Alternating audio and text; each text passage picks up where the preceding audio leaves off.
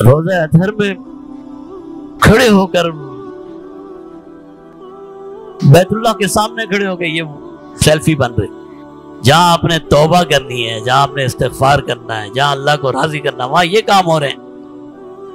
اور ایک نیا کام شروع ہوا ہے، وہ پیغام ریکارڈ، معاف کیجئے گا میں یہ نئی نئی چیزیں بتاتا رہتا ہوں، شاید کسی کو سمجھ آ جائے۔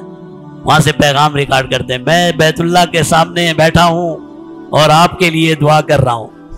بھئی اگر آپ نے دعا کر لی ہے تو اللہ آپ کو اس کی جزا عطا فرمائے۔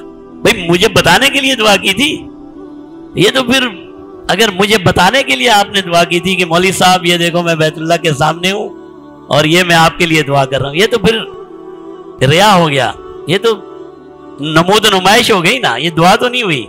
اللہ کوئی ایسی عبادت قبول نہیں فرماتے جو ریا کے لیے کی جائے، جو نمود و نمائش، آپ کی وہ دعا بھی ضائع ہوئی اور میرا خوش ہونا بھی ضائع۔ بعض کیا کہتے ہیں، دیکھو مولوی صاحب میں یہاں کھڑا ہوں، ابھی میں نے سلام پڑھا ہے اور آپ کی طرف سے بھی سلام پیش کیا۔ بھائی پیش کیا تھا تو اچھا کام کیا تھا، بھائی مجھے بتانے کی کیا ضرورت تھی؟